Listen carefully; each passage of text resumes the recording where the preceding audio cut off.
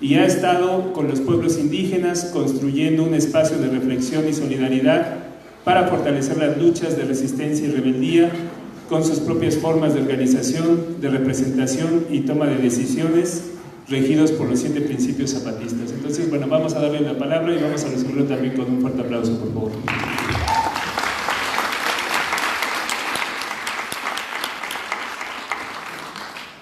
Muy buenas tardes, compañeros, compañeras.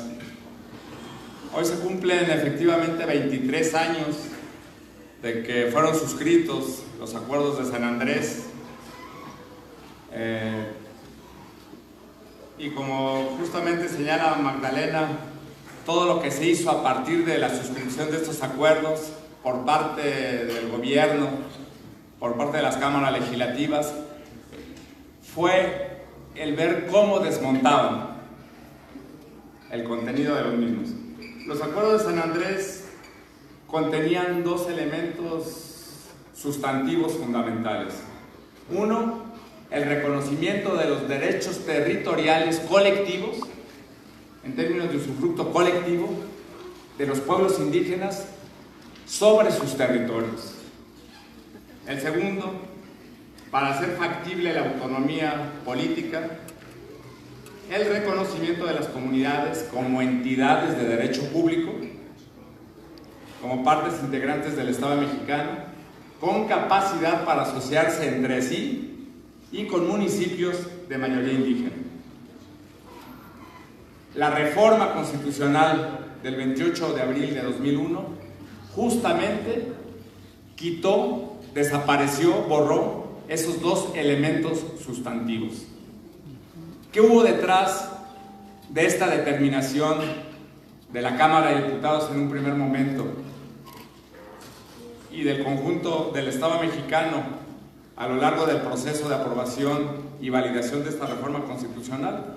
Hubo, por un lado, la presión grande de los intereses económicos. Magda no me va a dejar mentir, a ella le tocó estar en el cabildeo de esa reforma de manera muy cercana, y las cámaras empresariales, específicamente el Consejo Coordinador Empresarial, ejerció una enorme presión para que estos acuerdos de San Andrés no fueran incorporados a la Constitución, porque le significaban a los empresarios, le significan a las grandes empresas nacionales, multinacionales, un obstáculo. El hecho de que se reconozca a los pueblos el derecho sobre sus territorios, y en ese caso el derecho colectivo. Pero además hubo el acuerdo claro de los partidos políticos de trocar los acuerdos de San Andrés por la reforma política que en aquel tiempo pactó el PRD, siendo presidente Andrés Manuel López Obrador, y que con muchísimas dificultades, 18 años después, lo llevó a la presidencia de la República.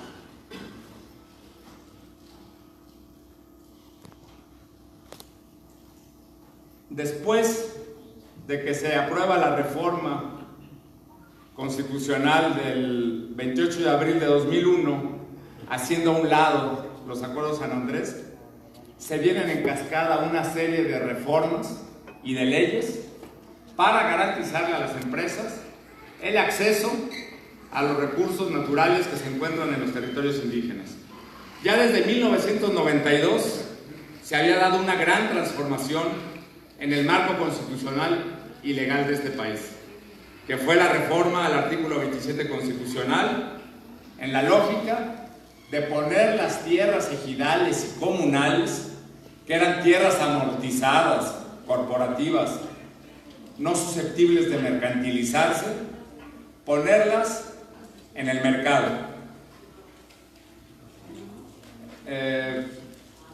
Transformarlas en mercancías. A partir de esta reforma se deroga la Ley Federal de Reforma Agraria, se emite una nueva ley agraria y vienen otras leyes acompañando a estas disposiciones agrarias. Viene una nueva ley de aguas que va a ser fundamental también para la privatización de las aguas que se supone corresponden al dominio exclusivo de la nación.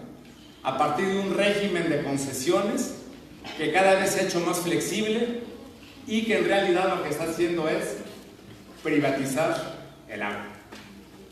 Viene la reforma profunda de la Ley de Bienes Nacionales, también con ese mismo sentido: generar un régimen de concesiones que permita a los particulares, a través de la figura de la concesión, apropiarse de recursos, de espacios territoriales que estaban considerados como exclusivos de la nación. Viene una reforma igualmente en materia forestal muy importante, y con la entrada en vigor del Tratado de Libre Comercio se detona de una manera explosiva el desarrollo capitalista en su fase neoliberal, que ya se venía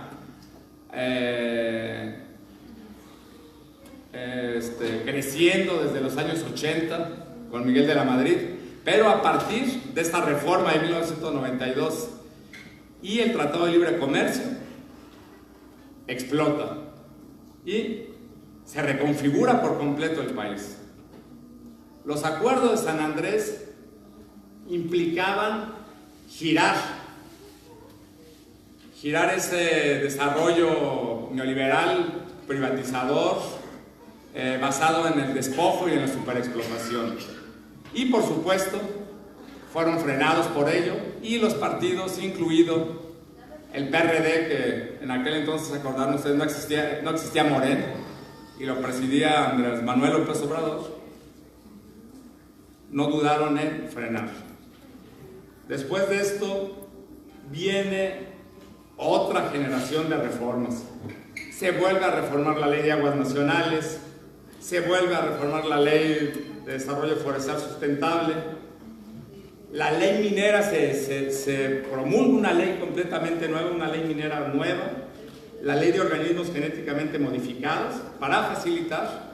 Curiosamente, la ley, se dice en el propósito de la misma, es cómo atenuar, controlar la implantación de organismos genéticamente modificados, con la preocupación específica del maíz, pero no nada más.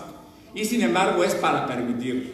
Esa ley se promulga con el fin de facilitar, de generar un marco flexible a la introducción de organismos genéticamente modificados. Y finalmente llegamos a la reforma constitucional en materia de energía y en materia de hidrocarburos, que por primera vez en la historia, en el plano formal, le da la capacidad a los particulares para explotar, para explorar, para explotar, para producir, para transportar y para comercializar energía, gas y petróleo.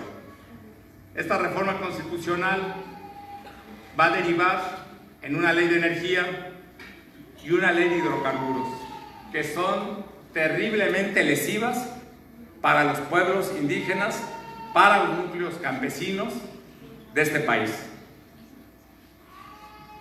Estas leyes le señalan a los particulares, que cuando hablamos de particulares, pues hablamos de grandes empresas, ¿verdad? La mayoría de ellas transnacionales, les da la capacidad de obtener la utilización temporal de la tierra, de los ejidos, comunidades, pueblos indígenas, en las que se encuentren yacimientos petroleros o de gas, o se vaya a hacer alguna explotación en materia de energía. Y ese derecho en esa ley se establece como preferente por encima de cualquier otro, incluso de la explotación minera. Está por encima la explotación en materia de energía y de hidrocarburos, incluso sobre la minería. Y señala que los particulares están en la posibilidad de llegar a acuerdos, llegar a hacer contratos con los ejidos y comunidades para la utilización de sus territorios. Y señala plazos. Si en un plazo determinado, no recuerdo, creo que son 2 meses, no recuerdo, si en un plazo determinado, 3, los núcleos, ejidos, comunidades, no convienen, se abre entonces la vía de la expropiación de manera inmediata.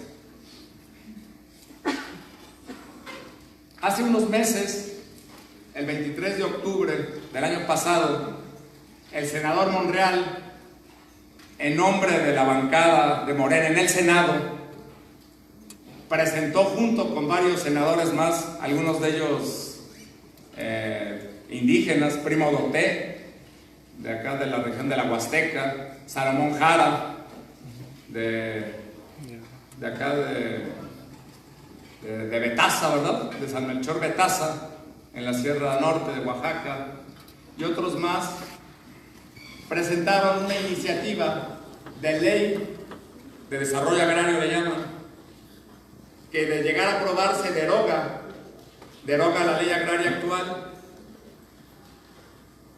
y uno de los propósitos centrales de esta ley que se está queriendo aprobar, que está ahorita en discusión, creo que hay más iniciativas ya, pero esta es la más importante.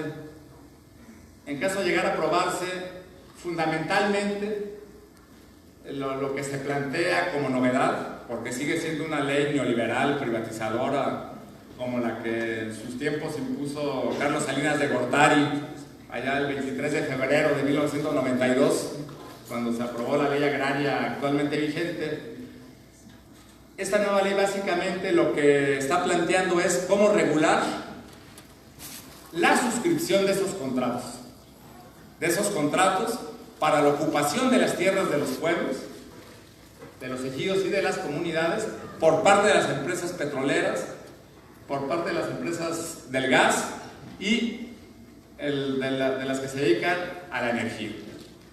Establece la ley un procedimiento exclusivo, hay un capítulo exclusivo para la formulación y la validación de estos contratos.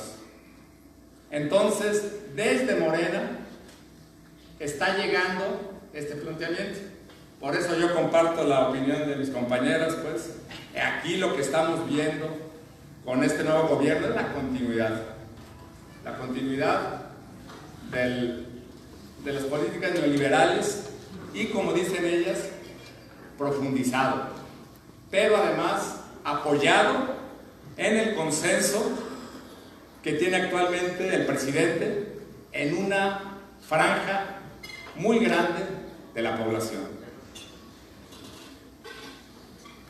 El caso de Huesca, quiero referirme a él, que no estaba en el programa, pues está lo del tren transísmico y lo del tren Maya, pero las zonas económicas especiales.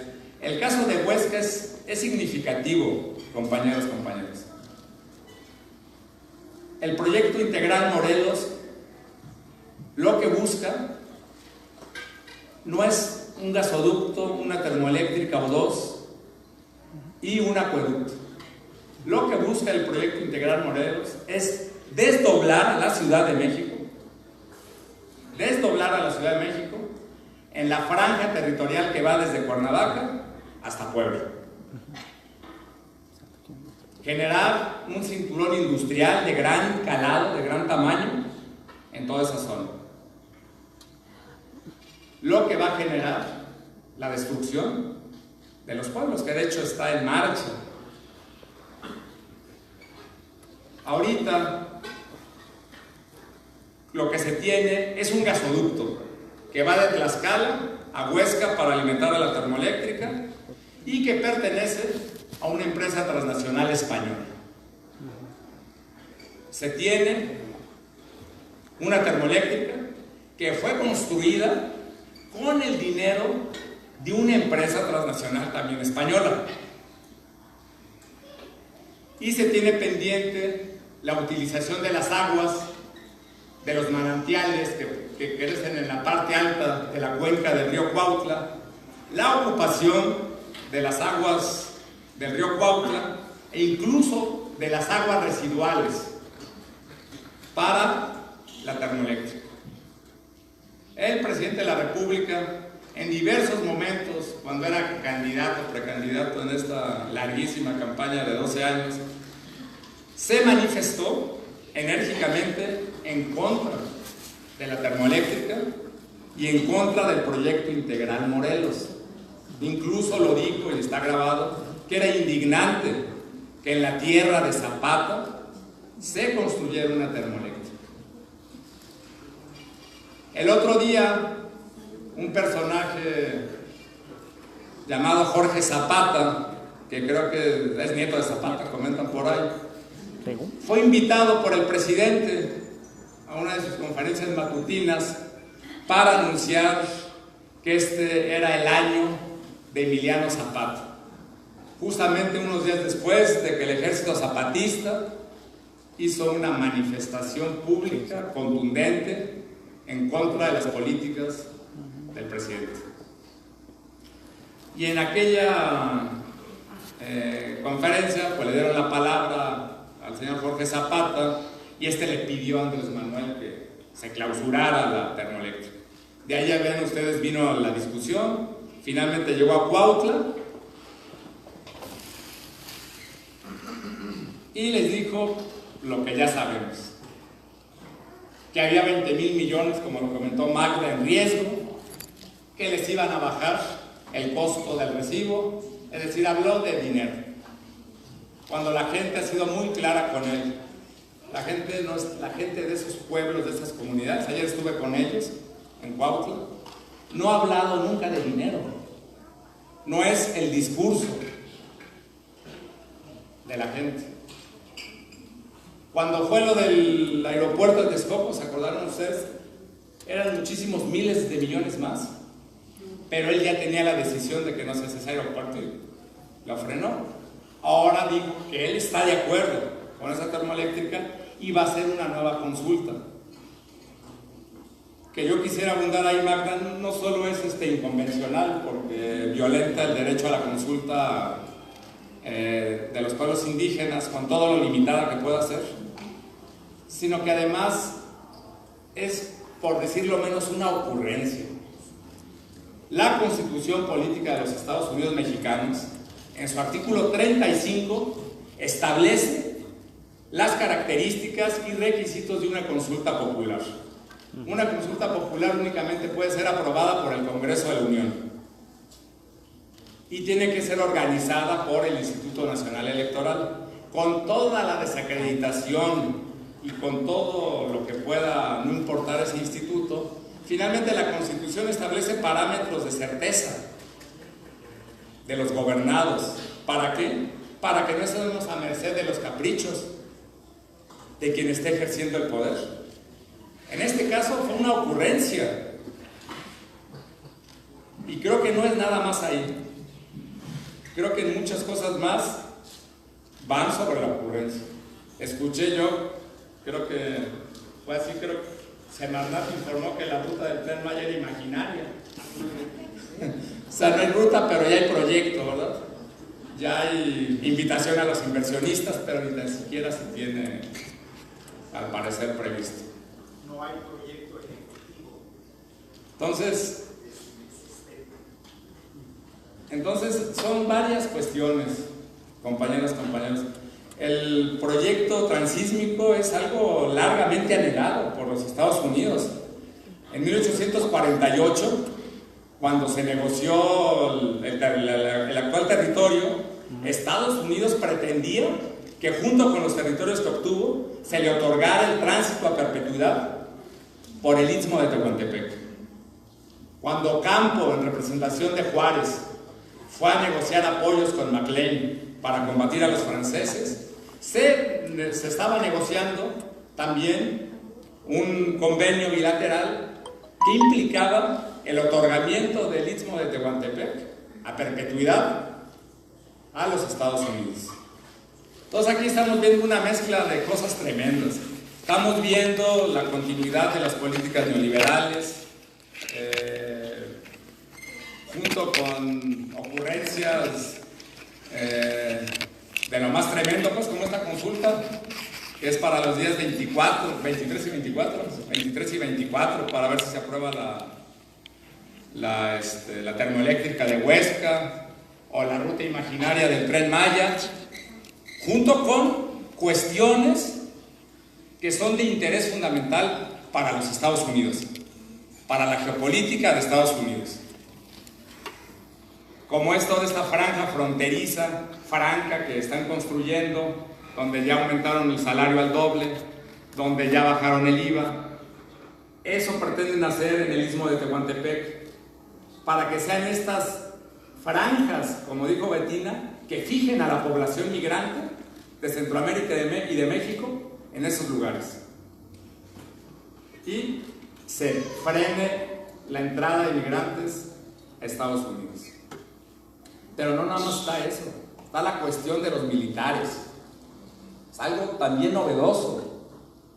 Siempre el ejército ha estado del lado de los intereses más nefastos. Pero no pasaba lo que pasa ahora. Con una rapidez sorprendente, reformaron la Constitución ya en la Cámara de Diputados, está pendiente el dictamen de la Cámara de Senadores, para que por primera vez constitucionalmente las Fuerzas Armadas puedan intervenir en cuestiones de seguridad pública que corresponden o que correspondían exclusivamente a los civiles. Y junto con eso tenemos la declaración sorprendente de que el aeropuerto de Santa Lucía se lo van a dar al ejército para que administre y se quede con las ganancias. Entonces, estamos viendo un conjunto de cosas terribles para los pueblos originarios, pero para el conjunto del país, para la mayoría de los mexicanos y de las mexicanas. Yo ahí le dejo.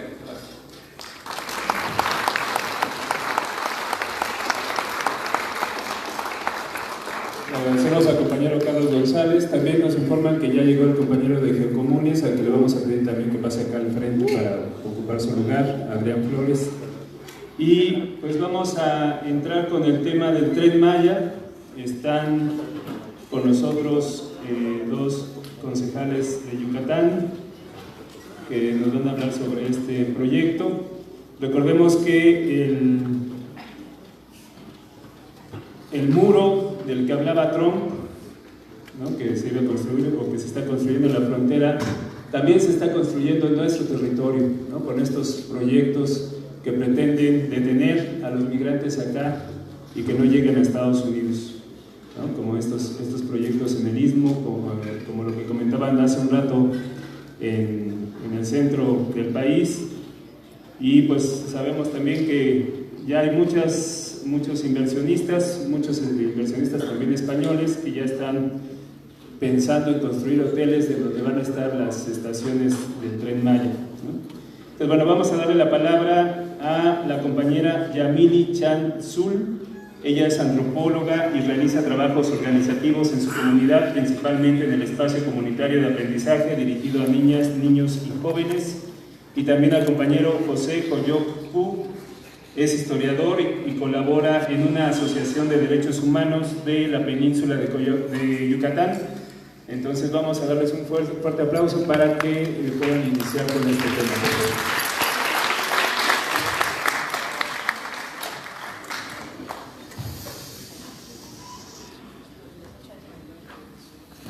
Bueno, Kimek Ol Meura Behlae, Tone Yanchik Baltesh, Humpit Bash, Tank Senktukul, Yola le megaproyectos Tanu Kyuchu de Yocolcaba de Yucatán. Pues alegría por encontrarnos, y esto que les venimos a compartir pues es parte de la palabra y de las reflexiones que como asamblea del Congreso Nacional Indígena de Yucatán estamos reflexionando, analizando con toda la diversidad de pensamientos ante estos megaproyectos que están en el mundo y que están en México, en Yucatán. Hermanas y hermanos, quienes en Yucatán caminamos junto al Congreso Nacional Indígena, Casa de los Pueblos Originarios, que luchamos, resistimos y nos rebelamos al exterminio, la violencia, la dominación y el despojo capitalistas, Nos reunimos para conversar nuestra palabra frente a la inminente construcción del tren que llaman Maya. Por nuestra voz no hablan nuestros pueblos, habla nuestro propio pensamiento. Y en nuestro pensamiento decimos que una de las primeras cosas que nos preocupan del tren que llaman Maya es la falta de información, tanto para quienes ya levantan la mano aprobándolo desde las redes que dicen son sociales y los medios de comunicación comerciales, cuanto para quienes viven en los pueblos por lo que se está pensando y ya haciendo que pase el tren. Esta falta de información ha propiciado posturas en el interior de quienes caminamos junto al CNI en Yucatán. Una de ellas es que la misma falta de información es ya una razón para oponerse al megaproyecto, pues es derecho de nosotros como pueblos ser informados con claridad en su propia lengua y ser consultados sobre cualquier proyecto que los gobiernos pretendan llevar a cabo en nuestras tierras y territorios, donde estamos asentados y que nos pertenecen. La otra, que la falta de información impide oponerse con claridad ante un proyecto que no se sabe qué pros y contras significará para nosotros mismos, para nuestros mismos pueblos. Hay voces que se caminan dentro del CNI en Yucatán que dicen que en los pueblos no se escucha una negativa al tren que llaman Maya, sino todo lo contrario, que las condiciones económicas son tales que no se alcanza a mirar cómo y de qué manera ese tren podría hacernos un prejuicio, nos podría provocar algún daño. Otras voces que se caminan dentro del CNI en Yucatán decimos que eso es porque la desinformación hace su efecto en la opinión de la gente en nuestros pueblos. Quien no sabe, quien ha olvidado, no puede negarse. Se ha olvidado que el tren que llaman Maya no es un proyecto nuevo, es un proyecto que quiso imponer Ivonne Ortega Pacheco, una de las peores gobernadoras de Yucatán, de que se tenga memoria por corrupción, por impunidad. Se ha olvidado que ese proyecto lo apoyó en su momento Enrique Peña Nieto, el capataz que siendo gobernador del Estado de México ordenó la represión de nuestras hermanas y hermanos en San Salvador Atenco, que tan dignamente han resistido la construcción de otro megaproyecto que significaba también despojo y destrucción, el nuevo aeropuerto de la Ciudad de México. Se recuerda, sin embargo, que el tren tiene un fuerte valor sentimental entre los pueblos, que una de las cosas tristes para los pueblos fue el desmantelamiento del tren en tiempos de Ernesto Zedillo, el Chacal Dactial, y ese recuerdo hace que ahora el tren que llaman Maya no se mire con malos ojos en los pueblos. Pero eso es porque se cree que este nuevo tren será para el desarrollo de los pueblos, pues de la gente humilde. Se cree que se podrá subir al tren como en otros tiempos y visitar a otros pueblos y vender nuestra mercancía y llegar pronto a Mérida o a Valladolid. Por eso no se mira por los pueblos con malos ojos. Entre quienes caminamos el CNI en Yucatán, hay voces que decimos que si bien no sabemos bien a bien cómo será el proyecto, porque tramposamente no hemos sabido suficiente información, sí sabemos que los megaproyectos capitalistas han significado para los pueblos. Sí sabemos lo que estos proyectos capitalistas han significado para nuestros pueblos.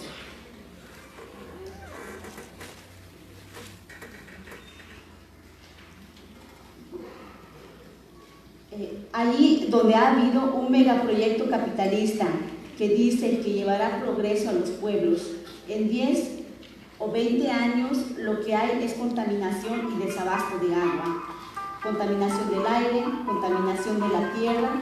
Lo que hay son enfermedades gastrointestinales, respiratorias. Lo que hay son alimentos contaminados con pesticidas.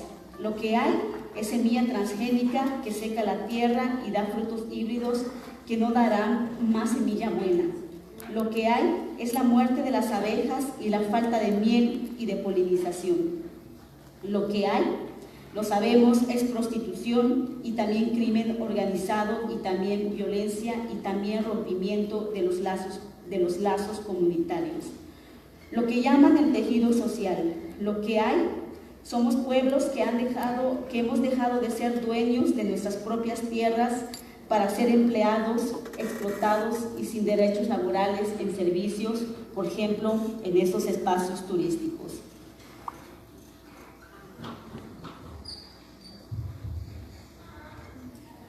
Voy a continuar con lo que con el documento que trajimos.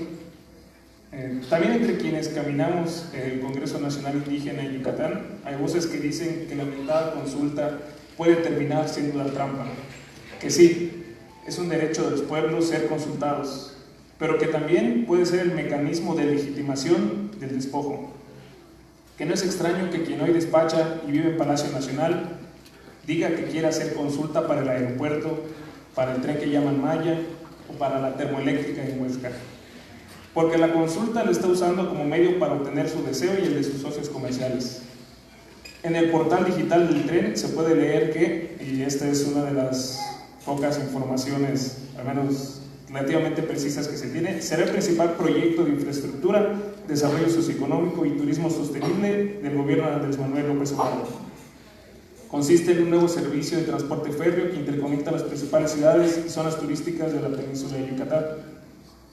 No queremos que el nuevo capataz vaya a poner en riesgo el que dice es el principal proyecto de su gobierno. Tan no lo va a poner en riesgo que cuando se le cuestionó que no había consultado a los pueblos, dijo que ya lo había hecho, pero mintió. Tan no lo va a poner en riesgo que después, cuando dijo que ya iba a hacer una consulta seria, hizo anuncio de consultar, y 10 días después de iniciar los trabajos del tren, ¿para qué consultar? Entonces lo que ya decidió que iba a hacer. Tan no lo va a poner en riesgo que su director del Fonatur ya dijo que no se va a poner en riesgo la inversión millonaria que ya hicieron los dueños del poder y del dinero para hacer una consulta, que es una decisión tomada y que reconoce, si bien es verdad que se va a dañar al medio ambiente, el progreso prometido será mejor, porque dice, es mejor que haya niños robustos, educados y capacitados y no jaguares monstruos. En ninguna parte del proyecto se lee cómo los niños serán robustos, educados y capacitados. Mucho menos cuando lo que se lee es que se trata de un proyecto turístico que conecta a las principales ciudades y zonas turísticas, no a los pueblos, pero que contradictoriamente dice que promueve un esquema turístico donde se evita la concentración turística y se genera una derrama económica local, aunque el tren no se detendrá en los pueblos. Alguien miente, pues, mientras el director de Fonatur ya dijo que habrá impacto ambiental, el portal dice que no se depredará el ambiente. Y hablando de ambiente, pues, a los capitalistas les importa la ecología cuando esta no tiene que ver con lo que los seres humanos, mucho menos los pueblos originarios, tengan una vida digna. Entre el Congreso Nacional Indígena en Yucatán, hay voces que dicen que ya basta de criminalizar a los pueblos, que la tala inmoderada e ilegal y el tráfico de especies la hacen los mismos capitalistas, no los pueblos. En fin, hermanos, hermanas, entre quienes caminamos el Congreso Nacional Indígena en Yucatán, hay voces que dicen que no se puede oponer al tren que llaman Maya porque no hay información del daño que este traerá a los pueblos. Pero también hay voces que dicen que el que no haya información es de una razón para decir no al tren que llaman Maya, y que si no hay información de los daños de este, sí hay información de lo que los megaproyectos han dañado a los pueblos, y que no ha habido un solo megaproyecto que haya beneficiado a los pueblos y no hay razones suficientes para creer que esta vez será distinto. Gracias.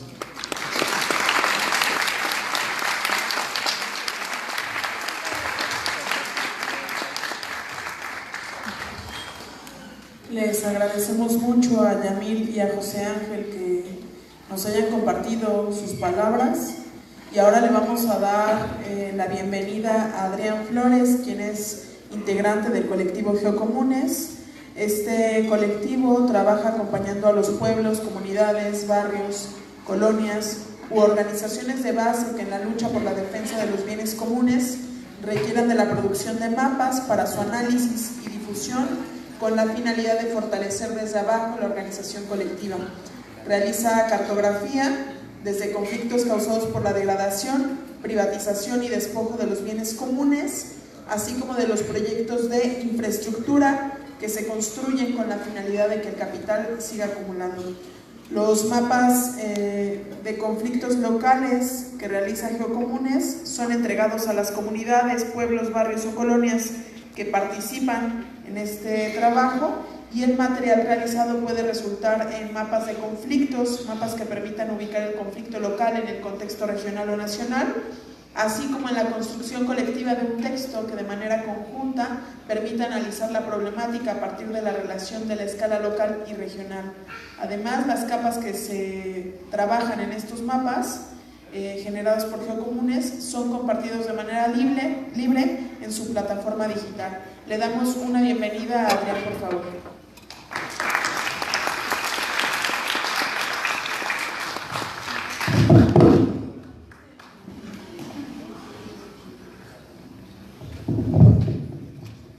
Muchas gracias. Agradecemos, como parte del colectivo Geocomunes, la oportunidad de estar aquí con los compañeros de Yucatán. Cuando nos invitaron, les comentábamos a los organizadores que nuestra principal motivación para estar el día de hoy aquí es que estamos iniciando un estudio sobre lo que nosotros llamamos el proceso de apropiación capitalista del territorio, en este caso de la península de Yucatán. En el pasado mes de enero estamos iniciando, esperamos tener los resultados para marzo, y alrededor de abril estar entregando los materiales en los pueblos de la península, y es para nosotros muy importante contar con contactos directos con los cuales podamos entablar relaciones para a lo mejor realizar estas entregas de los materiales que normalmente hacemos. Entonces, vamos a presentar con las diapositivas que tenemos en ese lado un análisis más bien a nivel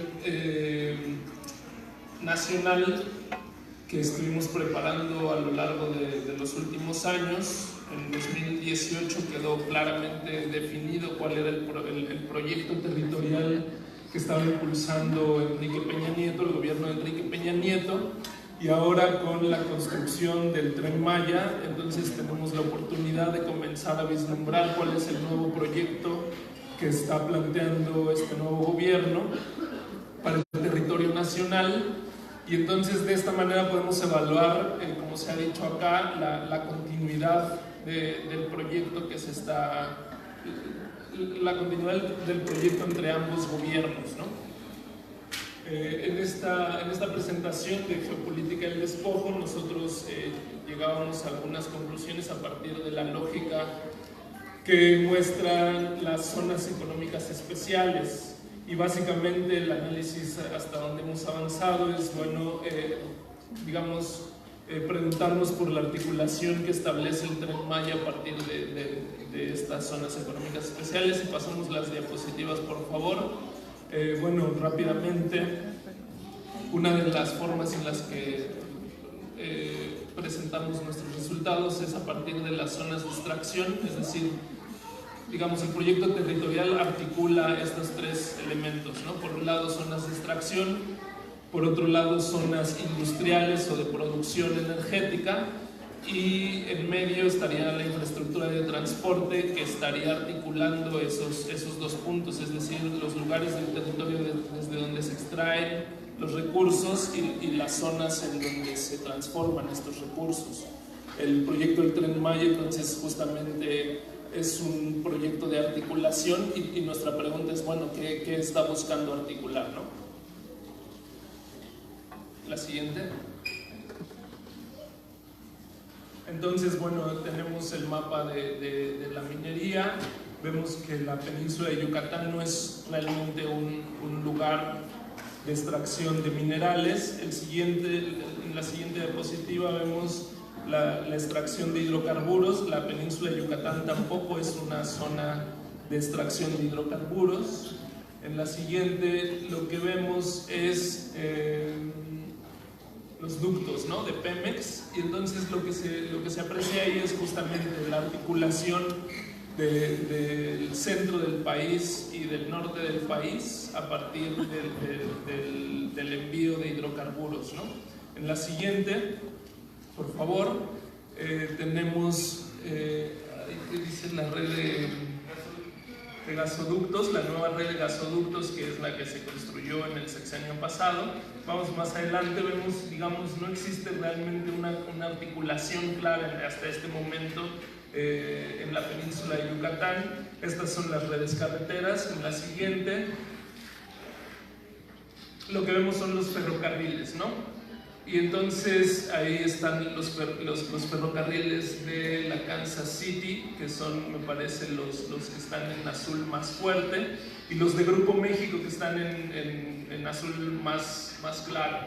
Y se ve el proyecto del tren del Mayab, que es una concesión que a partir de 2005, cuando viene el huracán Stan, me parece, y que termina por destruir esta infraestructura, queda completamente abandonada, y el gobierno de México, la Secretaría de Comunicaciones y Transportes, en 2016 retoma el control sobre esta línea del Mayab, y en 2017 comienza a lanzar la licitación, pero no lanza la licitación únicamente del tren del Mayab, es decir, el que articula desde Campeche hasta Mérida, la península de Yucatán, la vertiente del Golfo de la península de Yucatán, sino que lanza una licitación para articular el tren del Mayab, que va por toda la costa del Golfo, el tren transísmico, y que conecta con la costa de Chiapas. Entonces la concesión que lanzan en 2017 era la del tren Chiapas-Mayab, le llamaban. En la siguiente, por favor. Tenemos, bueno, los principales puertos en la península de Yucatán. Bueno, está el puerto Progreso y el puerto de Dos Bocas, que es en donde ahora se va a construir la refinería. Son dos de los más importantes. En la siguiente, por favor, vemos las redes de transporte multimodal, es decir, que conectan carreteras y ferrocarriles para el movimiento de mercancías. Y nuevamente notamos, ¿no?, la ausencia, la aparente ausencia de un proyecto para la articulación de la península de Yucatán.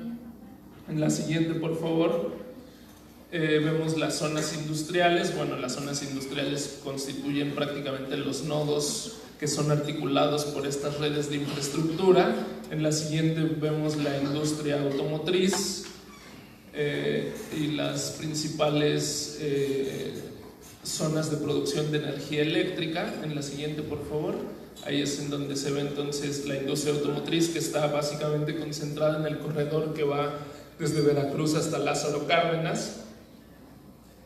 La siguiente, llegamos ya por fin a las zonas económicas especiales, que es el inicio del proyecto de Peña Nieto ya para la articulación de la península de Yucatán. Lo que vemos es que durante los primeros, digamos, 100 años de industrialización en México, el proyecto nacional lo que había logrado era articular una zona en el eje neovolcánico transversal, es decir, en la zona donde se concentra el 40% de la población del país, en el centro de México, y una articulación un poco más deficiente o menos articulada, digamos, en el norte del país.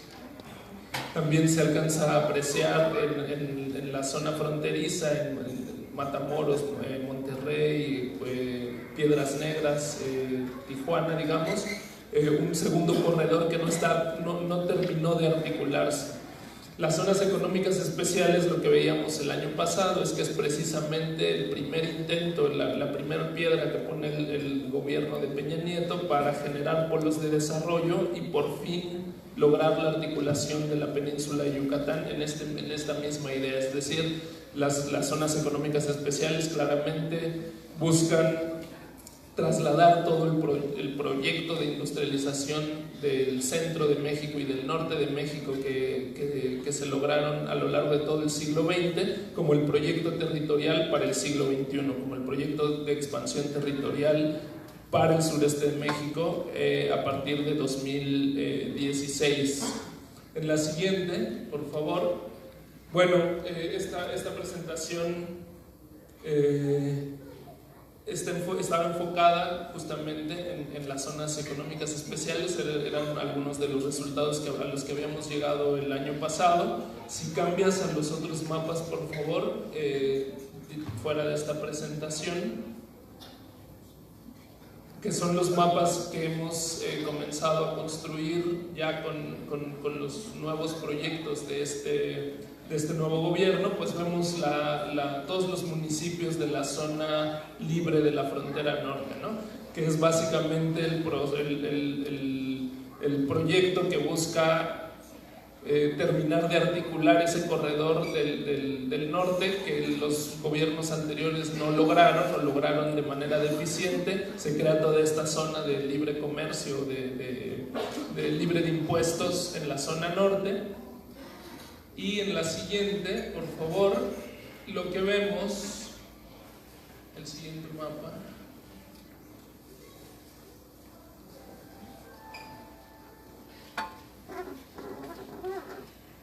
Gracias. Bueno, vemos ya resaltadas las zonas económicas especiales, ¿no? Vemos la de Puerto Progreso, que es una de las que ya está aprobada, y se alcanza a ver la de Campeche, que está en proyecto, ¿no? La licitación del tren del Mayab, de la que hablaba hace un momento, estaba completamente dirigida a articular entonces la zona de Coatzacoalcos en el Golfo de México, la zona de mayor extracción de hidrocarburos, con la zona de Campeche y con la zona económica especial de Campeche y con la zona económica especial de Puerto Progreso en Yucatán. La zona económica de Puerto Progreso en Yucatán es un nodo industrial de productos tecnológicos, es un nodo tecnológico el que están planteando construir o impulsar en esa zona. En la siguiente, por favor, creo que hay otros mapas.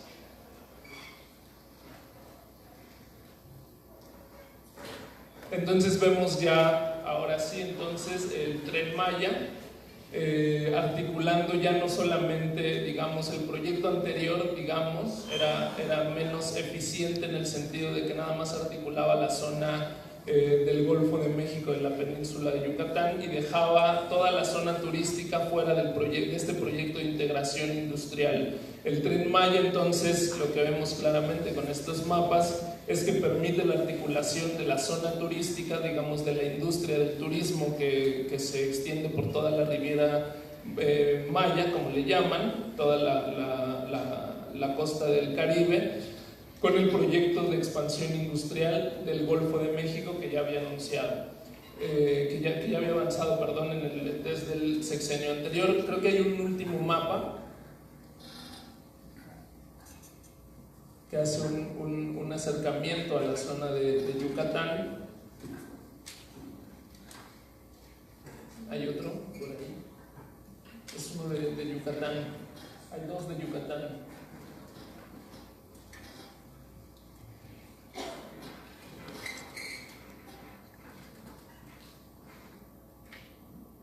Bueno, en lo que resaltamos aquí es la industria hotelera con más de 100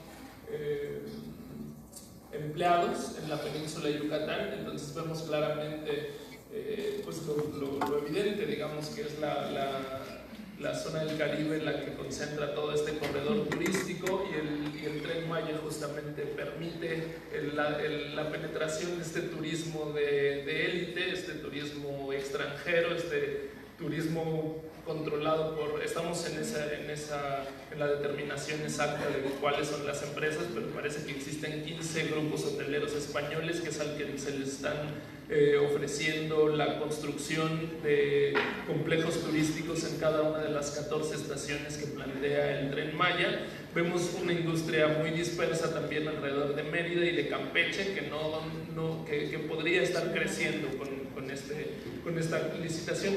Pero hay otro mapa, no sé si por ahí aparece, que es en el que se muestra, digamos, una confrontación o una sobreposición. Es este mero.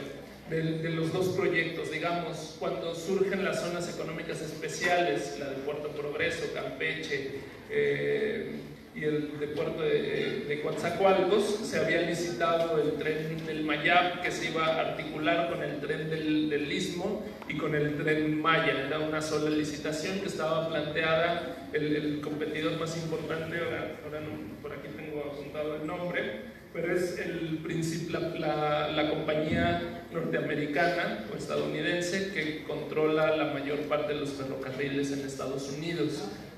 No es en México las dos que lo controlan son Grupo México y Kansas City. En Estados Unidos, digamos, Kansas City y Grupo México se articulan con esta con esta otra empresa. Por aquí tenía el nombre, déjenme buscarlo.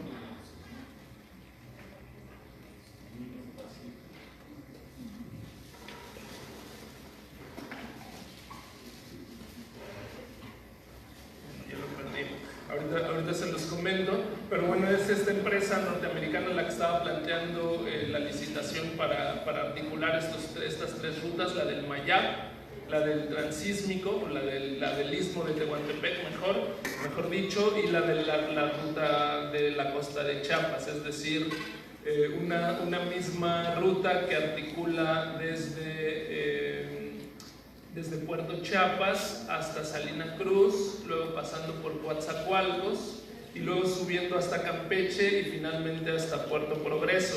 El tren del Mayab se quedaba en Valladolid. A este tren se estaba analizando apenas la posibilidad de extender la concesión o de construir una nueva ruta desde Valladolid hasta Cancún, pero no se estaba planteando en el proyecto territorial, digamos, anterior, la articulación de toda la costa del Caribe y luego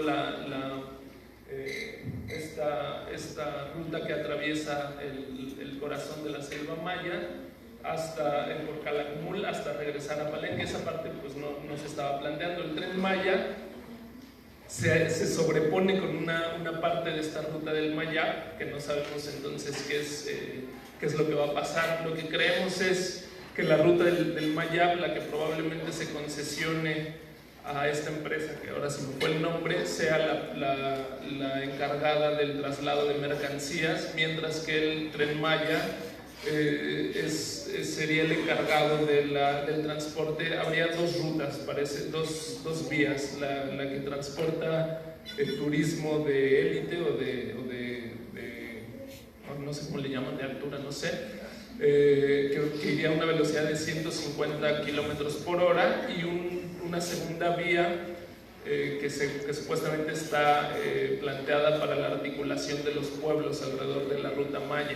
Es decir, del lado del Golfo de México, entre Coatzacoalcos y Puerto Progreso, habría tres rutas. El tren Maya incluiría tres rutas, tres vías, pues, ¿no? Es decir, una paralela respecto de la otra, una por la que transitarían las mercancías concesionadas probablemente a esta empresa norteamericana, una segunda línea que sería la más rápida para el turismo, y una tercera más lenta para el transporte de personas locales, digamos.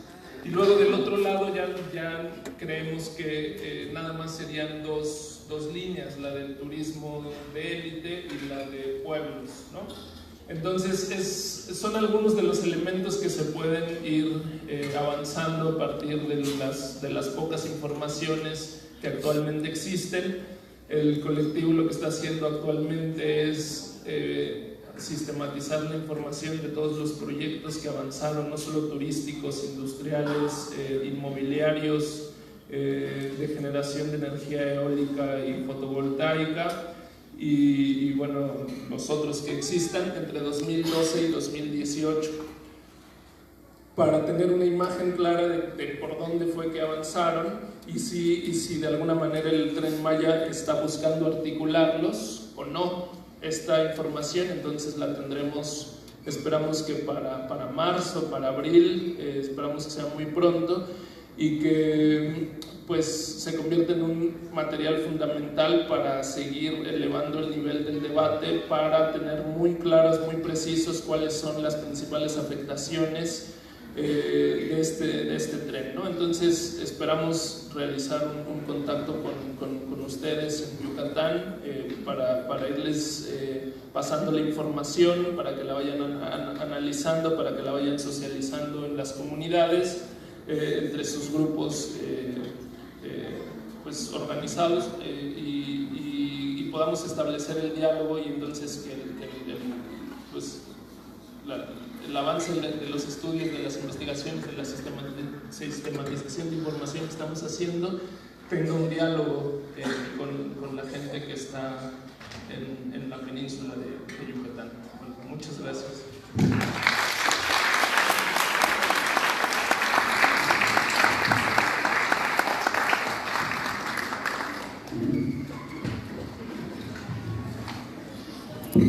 Bueno, al menos en la península, actualmente lo que digo, el tren es el proyecto emblema del nuevo gobierno federal, pero lo que sí está sucediendo y lo que se enfrenta directamente a muchos pueblos mayas en la península, pues son dos cosas específicas.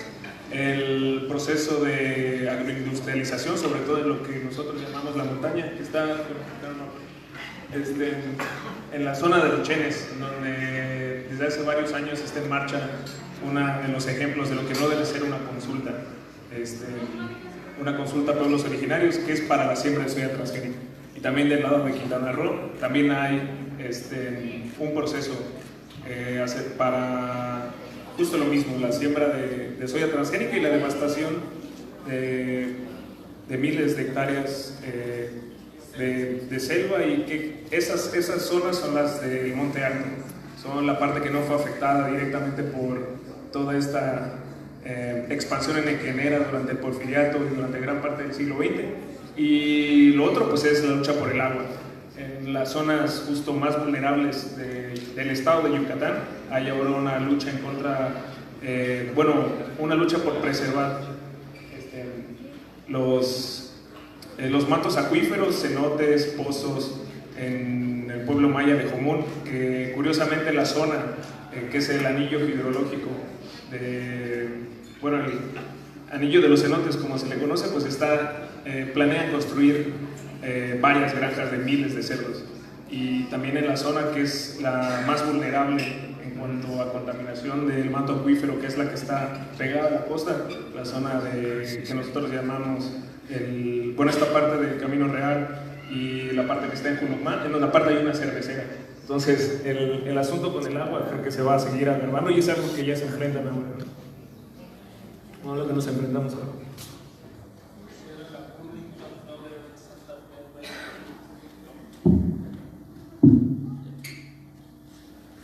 Bien, pues agradecemos al compañero de Geocomunes. Vamos a abrir un espacio para preguntas, también por si hay todavía presente algún medio de comunicación para entrar en esta parte, pero antes de eso, y retomando un poco de las participaciones que se hicieron, vamos a dar una rápida lectura a 5 perlas neoliberales de la Cuarta Transformación, que ya se hicieron alusión a algunas de ellas. La primera, la de Rogelio Jiménez Pons, director del Fondo Nacional de Fomento al Turismo Fonatur, sobre la imposición del Tren Maya. Él dijo: no ganamos nada como país con tener jaguares gordos y niños famélicos. Tiene que haber un equilibrio. Las comunidades o se suben al tren o se las lleva el tren.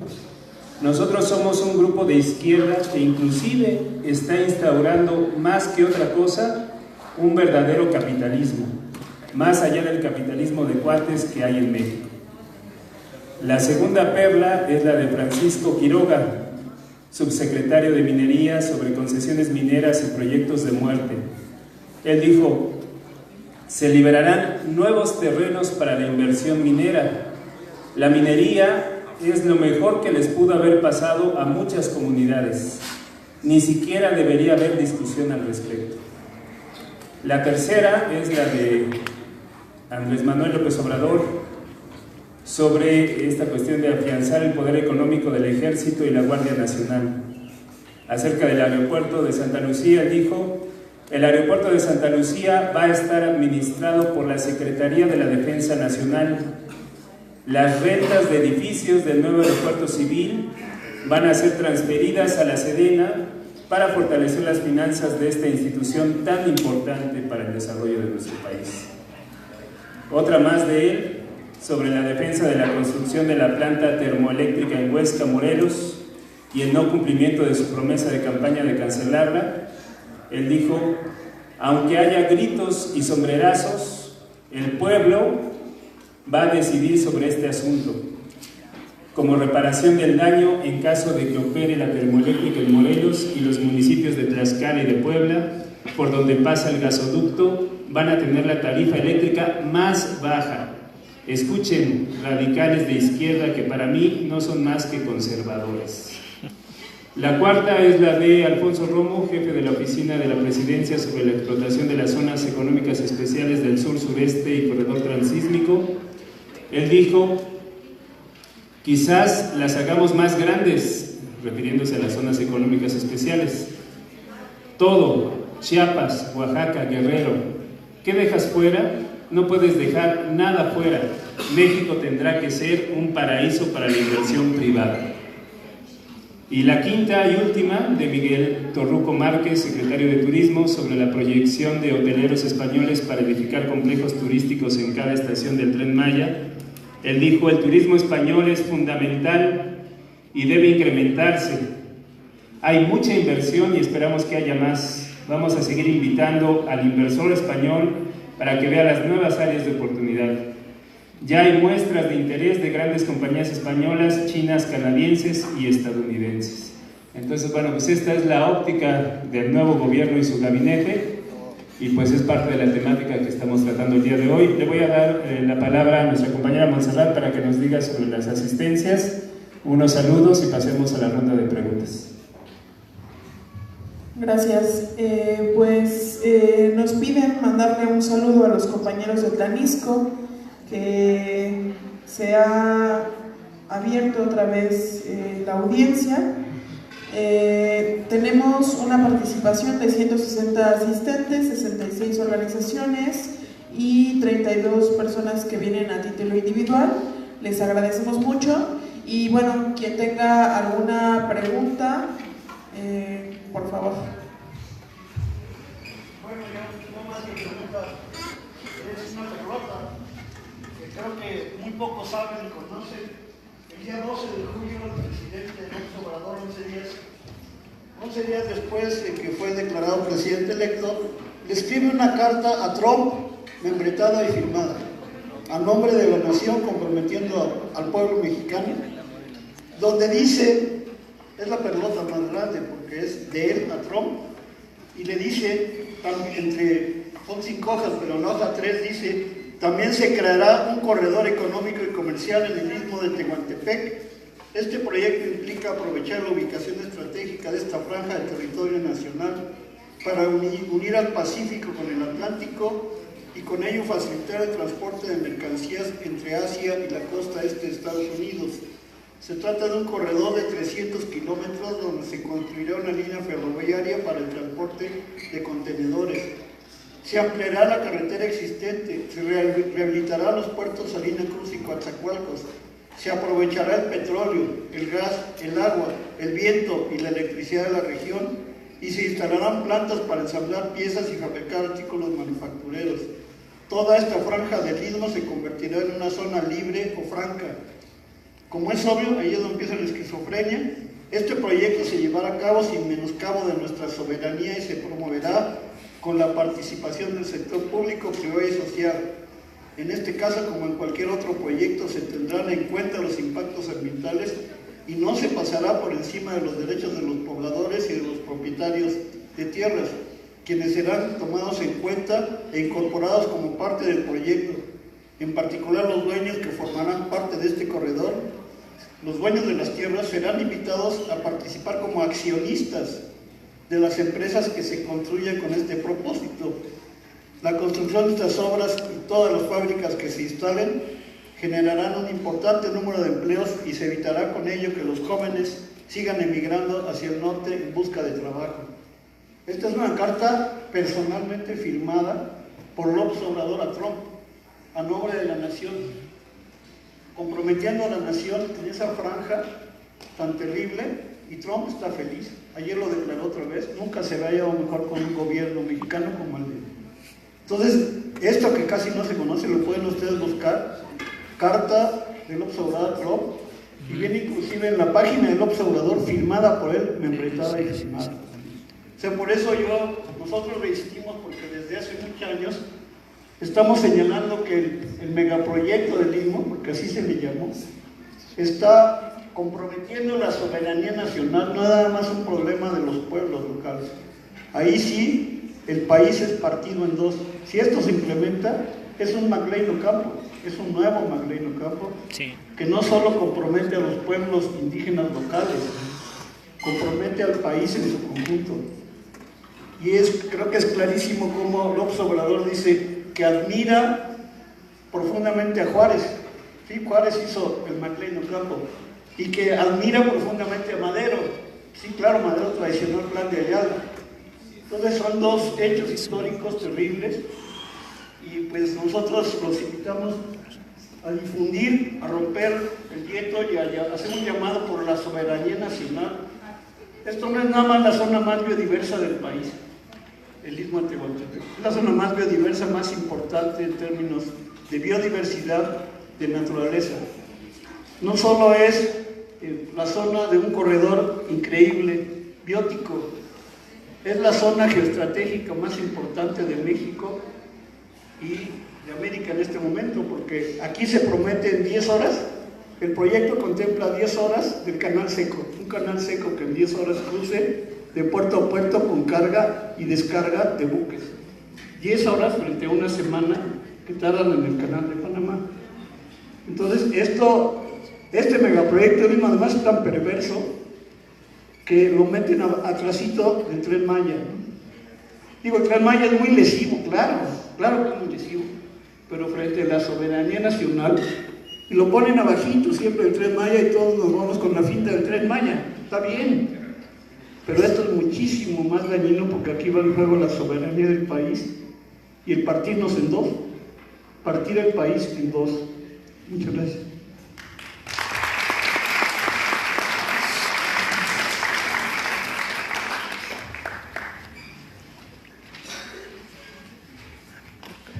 Tenía también una duda en la mesa, porque registramos una participación, pero no sé si ya no se va a abrir esa ronda. Pero bueno, voy a sintetizar. Nosotros queremos hablar desde Colectivo AECUS, Promoción y Defensa de Derechos Humanos, y la Coordinación de Familiares de Estudiantes Víctimas de la Violencia, del tema en particular de la Guardia Nacional, y de cómo, a partir de hechos históricos, desde la guerra desde Santana y toda esta situación de la guerra de Reforma y demás, cómo se instituye un ejército y cómo la historia oficial ha provocado que los diferentes gobiernos se encumbren a esta institución y la presenten como una de las más respetadas en nuestro país, pero pues es a partir de la historia de la que ellos hablan.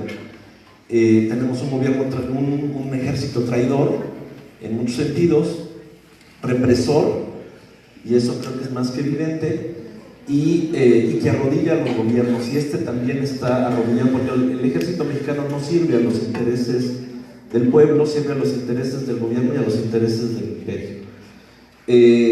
La creación ahora de este cuerpo de ejército llamado Guardia Nacional, y con esta presentación que hace este sujeto que detenta la presidencia de la República en decirnos que es pueblo uniformado, y como ya exonerándolo de tantos crímenes que ha cometido a lo largo de la historia, con el único garrito que tienen para todo este régimen hipócrita de decir: nosotros somos diferentes, por favor créanos, no hay más. Nosotros tratamos con gente de este gobierno en exigencias en casos de víctimas de feminicidios, de desapariciones forzadas, de ejecuciones extrajudiciales, y nos dicen lo mismo todos: es que nosotros somos diferentes, pero no muestran absolutamente ninguna diferencia. Y que ahora eleven a rango constitucional el que se cree un nuevo cuerpo de ejército con estas características de mando militar y de orden militar, conformado con militares. Bueno, es una reedición de lo que ocurrió con la PFP y esta conformación que tuvo a partir también de cuerpos del propio ejército, de la Secretaría de la Defensa Nacional y de batallones dedicados a la represión, y que se estrenaron hace 19 años al reventar la huelga en la UNAM en el 99-2000. Viene también a formar parte de todo este esquema de proyectos de muerte, porque si hay oposición, pues juren lo que los van a utilizar para precisamente reprimir a quienes se opongan legítimamente a estos esquemas. Por último, pues nada más reiterar lo que hemos venido nosotros denunciando y en lo que participamos, es en la lucha por las víctimas de la violencia de este país, y de cómo el Estado está ahora hasta celebrando el discurso violento, por ejemplo el discurso de Mireles, que es un discurso violento. Nosotros estamos por presentar una solicitud de información para que nos digan, asesor de qué es José Manuel Mireles en la presidencia, porque él lo declaró a un medio de comunicación, e institucionalmente qué reconocimiento tienen estas autodefensas que dice que tienen 22 estados y que hace poco en un estado del norte se presentó con 2,000 integrantes y que lo reconocen como su jefe. Entonces es grave que un civil, que además está procesado penalmente y está en libertad condicional, esté haciendo apologías del delito de esa naturaleza. Entonces vamos a hacer una solicitud de información a ver qué nos responde. O sea, anticipamos que con una elusiva, porque es muy hábil este presidente para hacer eso. Decir que no le gusta hablar no le gusta utilizar palabras como desaparecido, desaparecida, no le gusta utilizar la palabra feminicidio, porque le impactan en la cara, al mismo tiempo de que durante la campaña utilizaron estos términos para promoverse. De manera general, ya ahora como gobierno no los mencionan porque les sigue impactando. En esta ciudad, en esta semana nada más, tenemos 3 casos de chicas que estaban desaparecidas, que aparecen en circunstancias muy sospechosas cuando las familias empiezan a tener contactos con policías de investigación. Entonces, y son 3, o sea, no es uno pudiéramos pensar que fue excepcional, 2, casualidad, 3 ya en las condiciones que tenemos de las policías de este país. Y en 3 casos empieza la familia a hablar con policías de investigación y las chicas aparecen en circunstancias sospechosas o se comunican diciendo que están bien, que no están con ninguna red de trata, que están con amistades, inventan cosas, ¿no? Aquí está la mamá de Carlos Sinue, víctima de ejecución extrajudicial en 2011, tesista de la Facultad de Filosofía y Letras. Puede dar constancia de cómo, como coordinación de familiares de estudiantes víctimas de la violencia, hemos estado frente a la procuradora de la ciudad y nos dice exactamente lo mismo que el discurso oficial de todas las mañanas: cero corrupción, nosotros vamos a cambiar las cosas. Pero hoy, en esta semana, y lo reitero, en 3 casos se dieron estas situaciones. 2 involucran a estudiantes de la UNAM, uno es una persona que ya terminó, estudió en el CETIS, pero fue un arreglo. En casos de feminicidios, ahora que este sujeto dice que los feminicidios se deben a divorcios y a desintegración familiar, pues nosotros le decimos con mucha claridad que todos los juicios de divorcio, de pérdida de patria potestad, de guardia y custodia que hay en los tribunales de todo el país, en gran parte son impulsados por mujeres combativas que se han decidido a tomar esas decisiones para combatir el control por economía, para combatir el control por manipulación de sus parejas, para recuperar un poco de libertad en ese sentido, y que ojalá hubiese más juicios de esa naturaleza en todo el país y no mujeres asesinadas. El tratar por conducto de su camarilla, una diputada de Veracruz dijo que para evitar feminicidios iba a haber un toque de queda, que proponía que hubiese toques de queda, o lo que dijo el sujeto que es secretario de Seguridad Pública en Morelos, de que a las mujeres las matan porque no se comportan como damas, algo así fue la expresión que utilizó. Pues es una réplica de lo que hace el presidente a diario en una rueda de prensa, que lo único que está haciendo es dictar una agenda diaria y de acomodar la información a como él quiere, y además la está concentrando.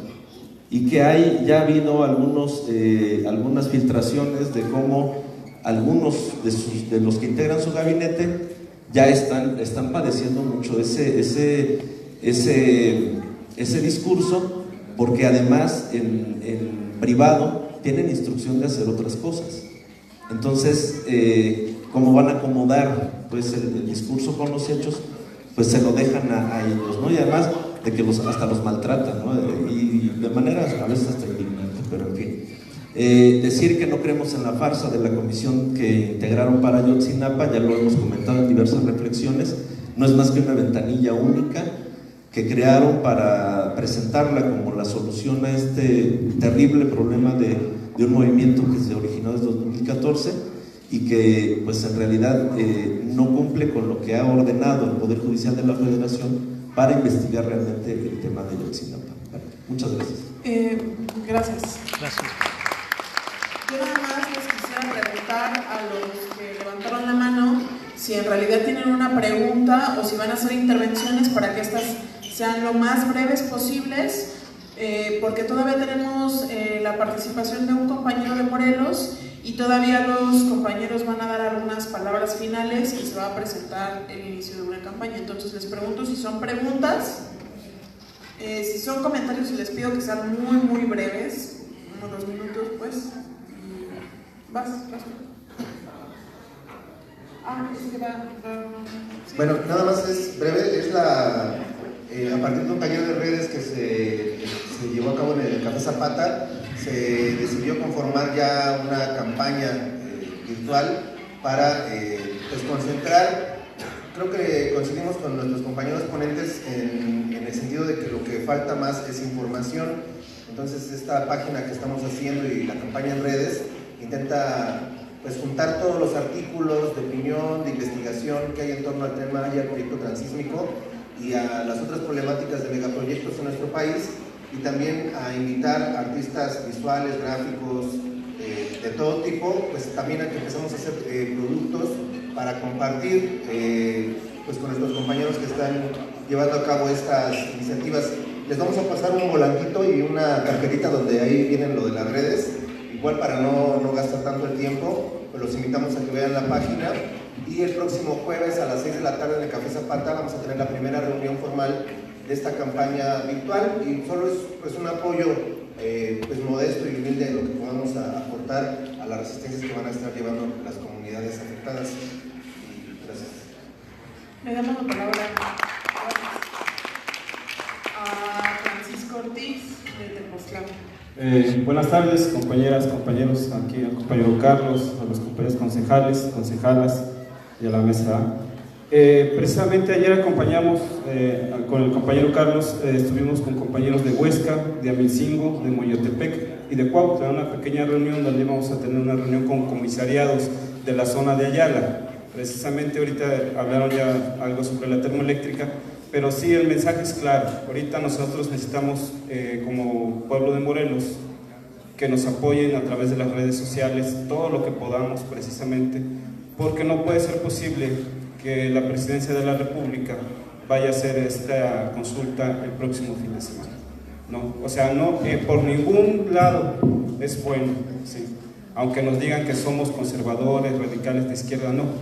Precisamente nosotros pudimos observar el video donde está López Obrador en el Almial, un balneario en Cuautla, y nunca hacen la toma los compañeros que están gritando, nunca. Nosotros ya después del domingo en la tarde ya pudimos empezar a observar los videos que tomaron los mismos compañeros, que estuvieron compañeros de la Asamblea Permanente de los Pueblos de Morelos, algo que se creó hace cerca de 5 años precisamente por todos los pueblos que estábamos en resistencia en contra del gasoducto, la termoeléctrica, el acueducto, las minas en la zona de Xochicalco, la carretera en Tepoztlán. Entonces nosotros creamos esa Asamblea Permanente de los Pueblos de Morelos. Más aparte estaban los compañeros del Frente de Pueblos en contra del Plan Integral Morelos, ¿sí? Entonces aquí se trata de que ahora sí podamos desde redes sociales atacar esta consulta del próximo fin de semana. En Morelos va a haber 70 casillas, ¿sí? Nada más. O sea, va a ser en Tlaxcala, Puebla y Morelos los que van a poder ir a sufragar ahí su voto, como se le llame. Pero desgraciadamente la única pregunta es si estás de acuerdo o no con la termoeléctrica.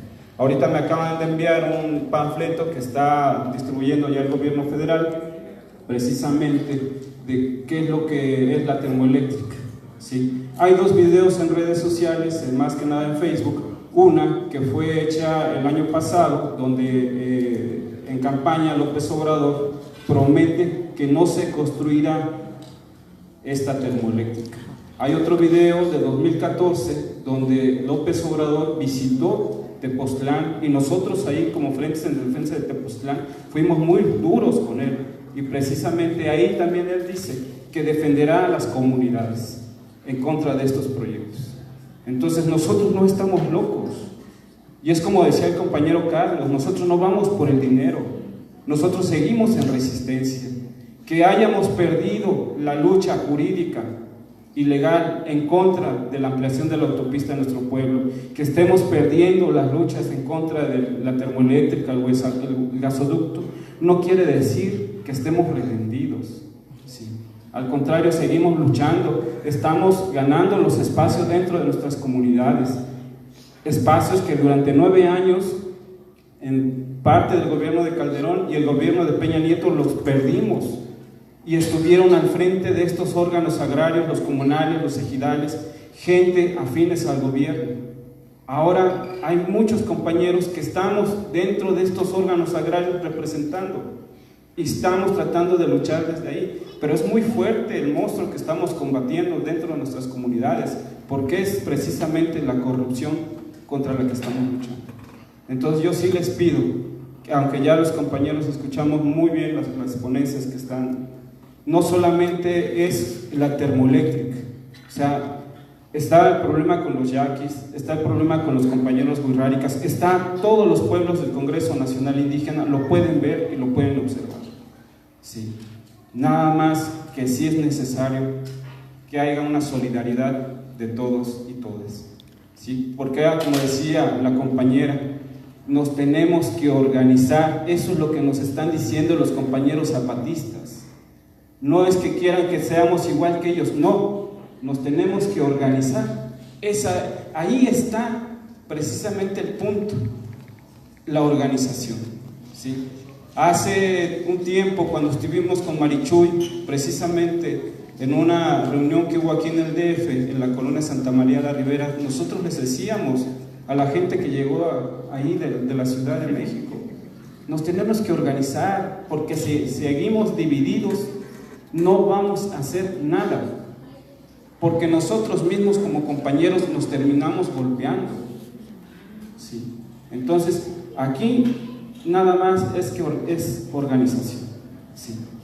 Entonces, compañeras, compañeros, yo los invito a que desde el día de hoy, mañana, a través de nuestras páginas de Facebook, ataquemos esta campaña del gobierno federal por la consulta de la termoeléctrica, sí, porque también ya lo hicieron, lo van a hacer con el Tren Maya, ¿sí? Entonces no puede ser. Entonces yo sí les pido pues que nos apoyen, y a los compañeros pues muchas gracias por darme la palabra, y felicidades a los concejales. Gracias. Hay 4 participaciones más, con eso vamos a cerrar esta ronda, y para poder darle la palabra para una ronda final a los ponentes, está la compañera de azul, luego el compañero de allá atrás, luego Ofelia y finalmente Eduardo, ¿no? Y con eso cerramos las participaciones. Aquí. Más bien agradecer pues la información más precisa que bueno, en mi caso ya conocía. Agradezco pues esta manera como de precisar la información. Yo creo que ahora ya la cuarta transformación se va entendiendo de qué va, ¿no? Esta cuarta transformación más bien se refiere pues a una serie de imposición de megaproyectos que pretenden pues saquear este país. También hay que resaltar que las zonas económicas especiales no solo son los puntos que aparecen en el mapa, sino que estas zonas económicas especiales tienen los privilegios de no tener fronteras, es decir, se pueden seguir expandiendo según las necesidades de cada zona económica especial, ¿no? Entonces, pues esto lo que en realidad pretende pues es también dividir el país. Prácticamente las concesionarias que están impulsando todos estos megaproyectos del sur son concesionarias chinas, todavía no se llega como a un acuerdo, pero toda la parte norte, centro-norte del país está siendo concesionada pues hacia Estados Unidos, ¿no?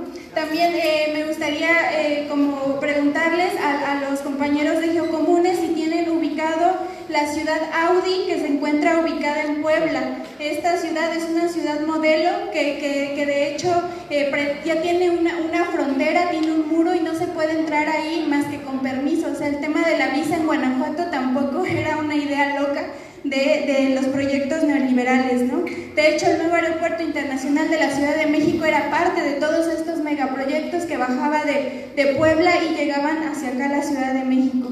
Y con esto yo quiero resaltar que también la educación en el Politécnico, en la UNAM, pues está siendo golpeada, ¿no?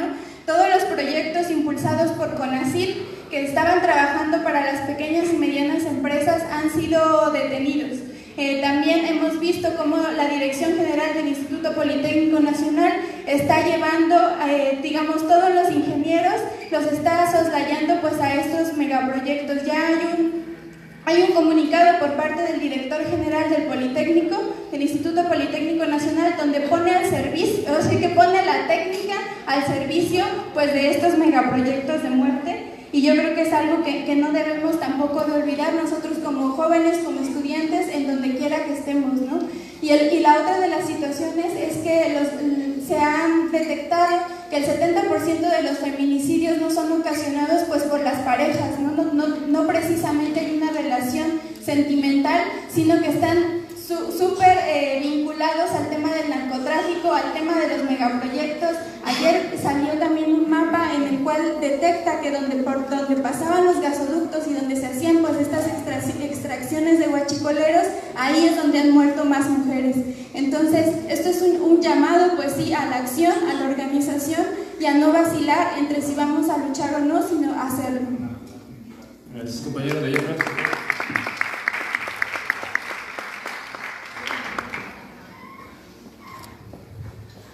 Rápido una pregunta. Lo que estuve viendo como los mapas que pusieron varios y la verdad estaban súper precisos y me encantaron, pero una de las dudas que me salió es algo que ya había salido al aire en varias veces que se discutía muchos de los megaproyectos y no me acuerdo específicamente de cuáles porque se repetían varios y sobre todo con aeropuertos eran los nexos con el narcotráfico, ¿no? Porque me acaban cuando publiqué la noticia que no había notado que el compañero Carlos compartió de que el nuevo aeropuerto va a ser cargado del ejército, lo primero que me contestaron sarcásticamente dicen también les va a tocar la licitación de la cocaína. Entonces, ¿cuáles son, si pudieran como expandir un poquito de lo que sepan que tenga que ver con el narcotráfico en los muchos megaproyectos que mencionaron? Gracias. Ofelia. Sí, buenas tardes.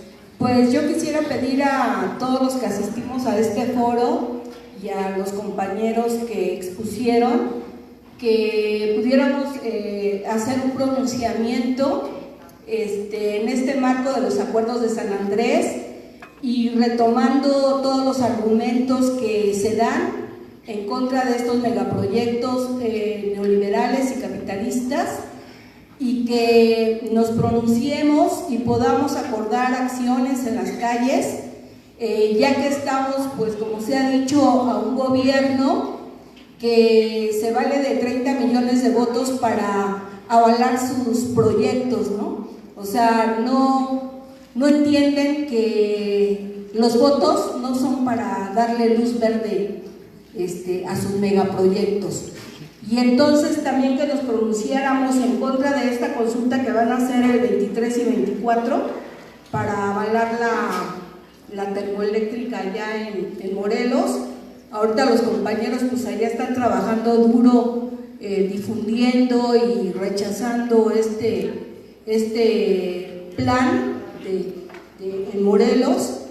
y bueno, que nuestras voces se multiplicaran. Y bueno, definitivamente hay muchos temas de qué hablar, compañeros. Si pudiéramos hacer un foro en cada plaza pública de esta ciudad, avanzaríamos mucho. El hablar de la represión, de la Guardia Nacional, de las afectaciones a los trabajadores, va todo de la mano con los megaproyectos. Por ejemplo, las zonas económicas especiales están impulsando también las asociaciones público-privadas para darle a los privados el manejo de los hospitales. ¿Y para qué son estos hospitales? Por ejemplo, en Tapachula, pues para la fuerza de trabajo, mano de obra barata, que quieren para todos estos megaproyectos. Pero no lo están haciendo ni siquiera con los derechos que ya se establecieron de seguridad social para los trabajadores, sino con nuevos esquemas privatizados para únicamente tener trabajadores explotados sin mejores condiciones de vida. Entonces, bueno, pues esas son propuestas que quisiera que retomáramos cada uno de nosotros.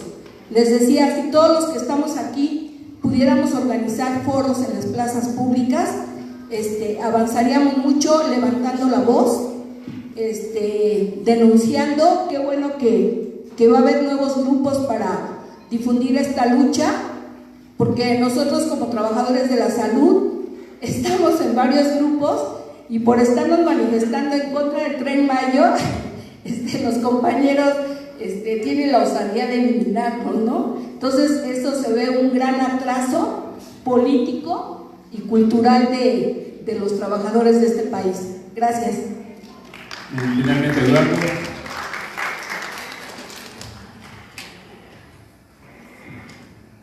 Hola, buenas tardes. Soy Eduardo del plantón por los 43. Es una pregunta, tal vez una pregunta un poco exagerada o tal vez ingenua. ¿Ustedes cómo consideran que el corredor transísmico pueda ser el muro de Trump?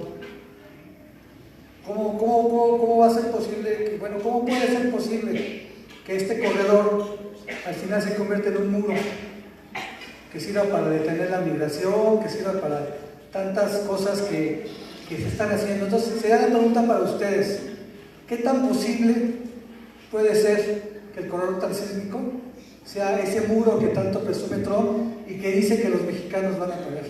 Entonces, esa era la pregunta. Gracias. Bien, gracias. Pues cerramos esta ronda de preguntas. Vamos a darle nuevamente la voz a los ponentes en sentido inverso a como fueron participando, de aquí para allá, para que puedan contestar estas inquietudes. Nada más basta recordar que una de las cosas que prometió Andrés Manuel fue darle trabajo a los migrantes, obviamente en estas zonas maquiladoras y demás que se están planeando construir. Entonces, bueno, también completando un poco esta cuestión de las acciones, si pudieran mencionar esta parte de qué acciones se están haciendo desde sus espacios para contrarrestar estos megaproyectos, ¿no? Entonces, les damos la palabra.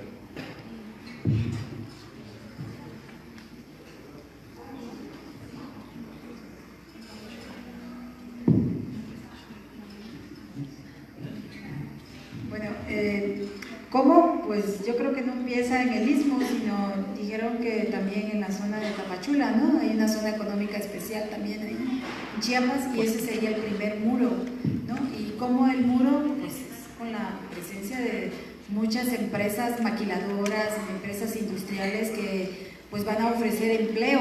Además ahorita están declarando, por ejemplo, para el Istmo de Tehuantepec, una de las cosas más peligrosas que acaba de hacer también Andrés Manuel, es decir, que igual que en la zona, en la frontera norte, ya baja el ISR, baja el impuesto al 8%, va a bajar la gasolina, va a subir el salario, ¿no? Y la gente dice, pues qué chingón.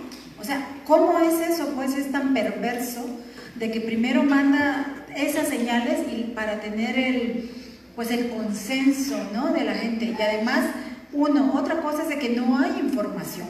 O sea, la información que hemos traído es un poco la información de los anteriores proyectos, de los contenidos, información de la Secretaría de Hacienda, un poco de también lo que hay en el Plan Nacional de Desarrollo, cosas así que existen, pero no hay una información, como hace rato decía, ¿dónde está el proyecto ejecutivo?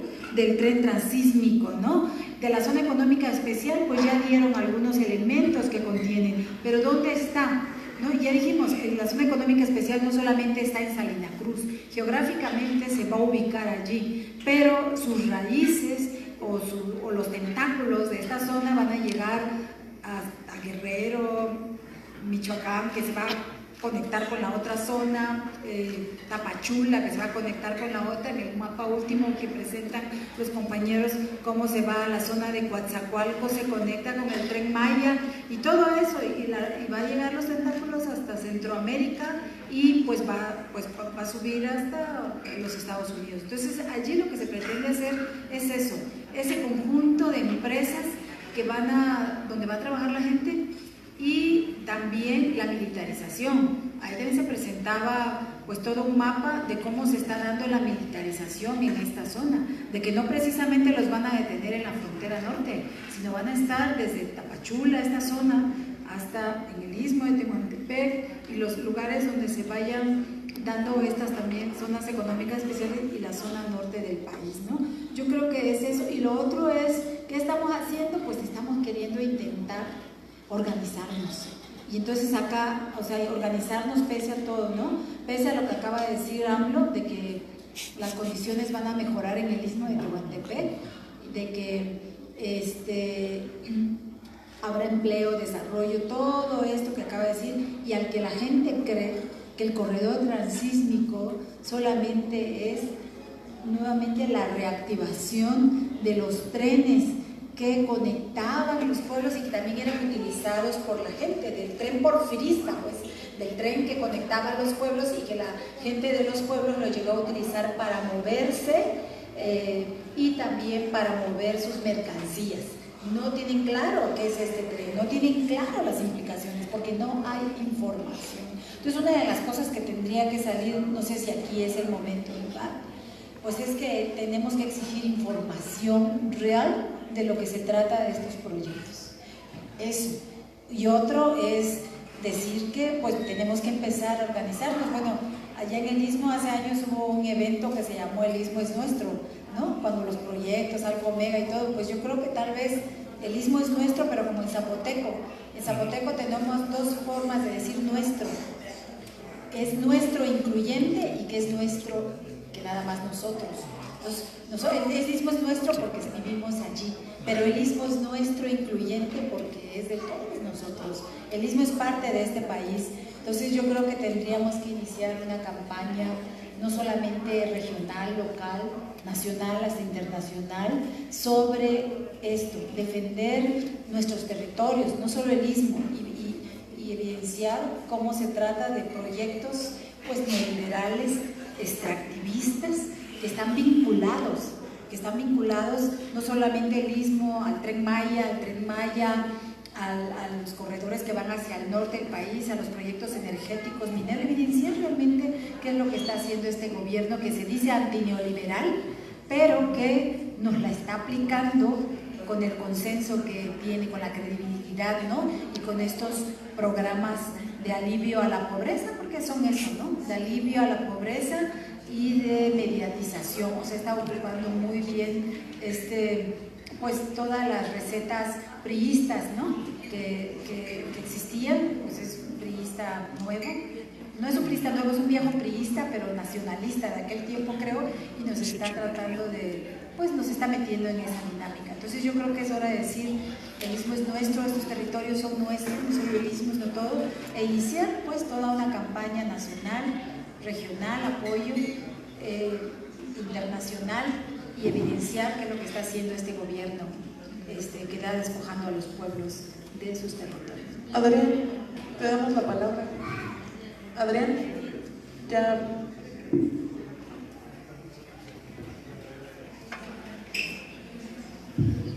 Rápidamente, pues este proyecto del nuevo gobierno, el proyecto que tiene continuidad con el proyecto territorial del gobierno de Peña Nieto para articular a la península de Yucatán de acuerdo a, digamos, una industrialización del sureste, ¿no? Este es el proyecto, lo que estamos viendo es el proyecto de la industrialización del sureste. Yo quisiera decir,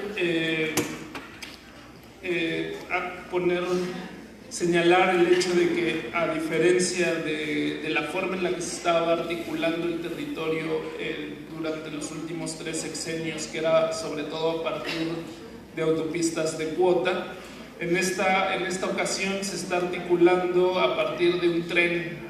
Y el tren, a diferencia de las autopistas, es una infraestructura que por su propia naturaleza resulta mucho más ambigua de lo que puede resultar una autopista. Es decir, una autopista es mucho menos incluyente, es mucho más específica en cuanto a su posibilidad de acceso. Solo aquel que tiene automóvil puede acceder a una autopista.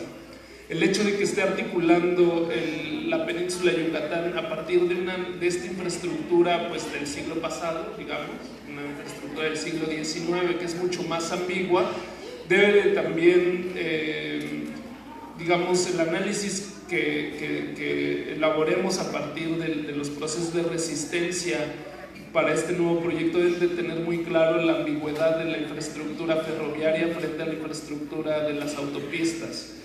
No quiero decir que la articulación a partir de los ferrocarriles, la articulación de los pueblos a partir de los ferrocarriles es mucho más fácil que frente a una autopista, puesto que durante todo el sexenio de Peña Nieto lo que vimos fue justamente la articulación de varias resistencias a lo largo de estas grandes autopistas, de estos grandes gasoductos, etcétera, que se construyeron en el sexenio pasado.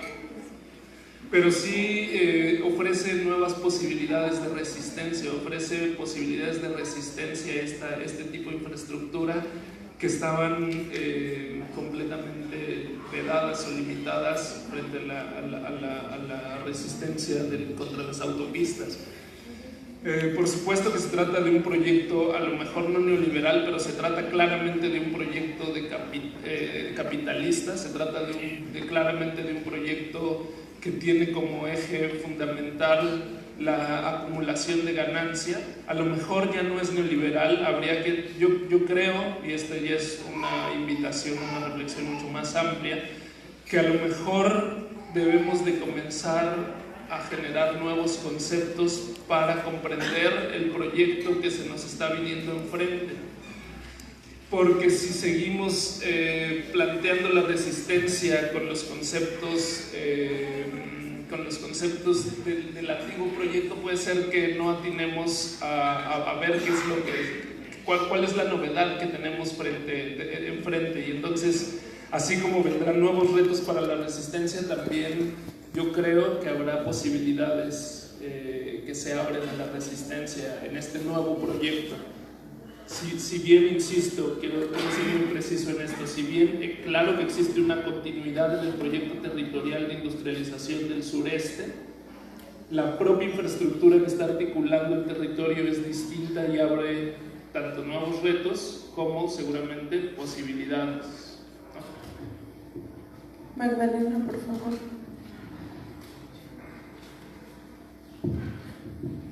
Bueno, pues yo en realidad prácticamente todo lo que escuché de alguna manera ampliaron, hicieron propuestas y yo me quedaría con la pregunta para todas y todos de qué hacemos con nuestras coincidencias y cómo organizamos la resistencia. Pero yo quería también expresar lo que les decía acá a los compañeros que vienen de Yucatán, que fue muy importante que deslicen algo que espero no se nos vaya, cuando dicen el tren que llaman Maya. Creo que pueden empezar a explicar por qué dicen el tren que llaman Maya, porque se está articulando a nombre del pueblo maya algo que no es el pueblo maya. Entonces, me parece muy sugerente esta insistencia que se ve que es una decisión, es decir, el tren que llaman Maya.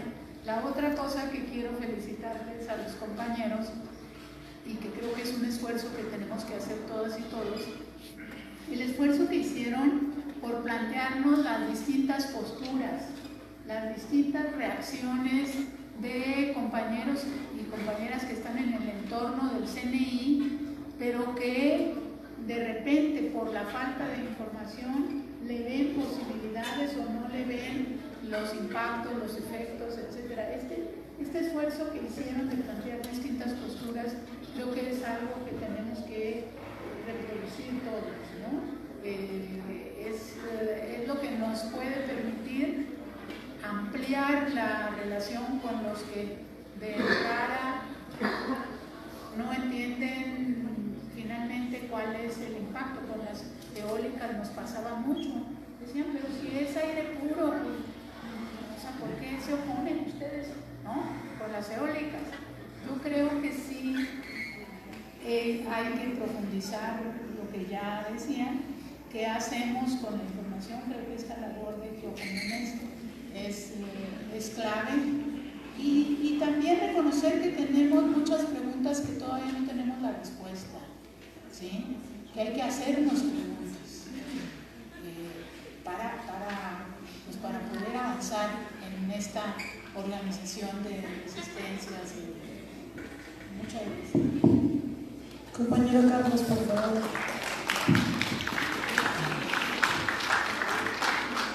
Sí. Compañeras, compañeros, creo yo que en este momento es fundamental, como lo dijo Magda hace rato, la organización. Esa es la parte importante y la que nos va fallando. Hace rato escuchaba que es importante solidarizarse con los pueblos que están siendo afectados por los grandes proyectos. Sin embargo, compañeras, compañeros, en realidad esos grandes proyectos nos están afectando a todos y a todas. Están destruyendo las condiciones de vida para todos y para todas. No es nada más la afectación a una comunidad, a un pueblo, a un territorio. La destrucción de la tierra es tremenda. Cómo se está acabando el agua, cómo se está agotando el agua, se está ensuciando, contaminando ya prácticamente todos los ríos de este país. Estos proyectos como la termoeléctrica aquí en Morelos, los gasoductos, lo que viene para el Istmo y lo que ya de por sí ya está desde hace tiempo, las explotaciones mineras a lo largo de todo el país, con sus consecuencias ambientales realmente devastadoras, sí nos deben de llevar a redoblar nuestra organización. Yo entiendo que aquí estamos muchos y muchas que anteriormente nos hemos nucleado en torno al Ejército Zapatista, en torno a la Sexta, en torno al Congreso Nacional Indígena y sus últimas iniciativas, y muchos más que tal vez no están encuadrados en esto, pero tenemos que ir abandonando el sectarismo, la división que es grande entre nosotros. Pues somos muy buenos para pelearnos entre nosotros. Es importante ir coordinando esfuerzos, generando unidad, porque sí, lo que viene pues es continuidad, pero ahora sí que más recargada, ¿verdad? Más brutal cada vez, más brutal lo que estamos viviendo, las imposiciones desde el imperio, desde Estados Unidos, desde las grandes multinacionales, la apropiación de todo lo que les genere ganancia, nos está asfixiando, y como lo dijimos en su momento, pues la apuesta nuestra es por la vida. Por la vida es lo más contundente ahorita desde una postura anticapitalista, ¿verdad? Entonces, la invitación a seguir sumando organización y restando sectarismo, división. Eso es, gracias.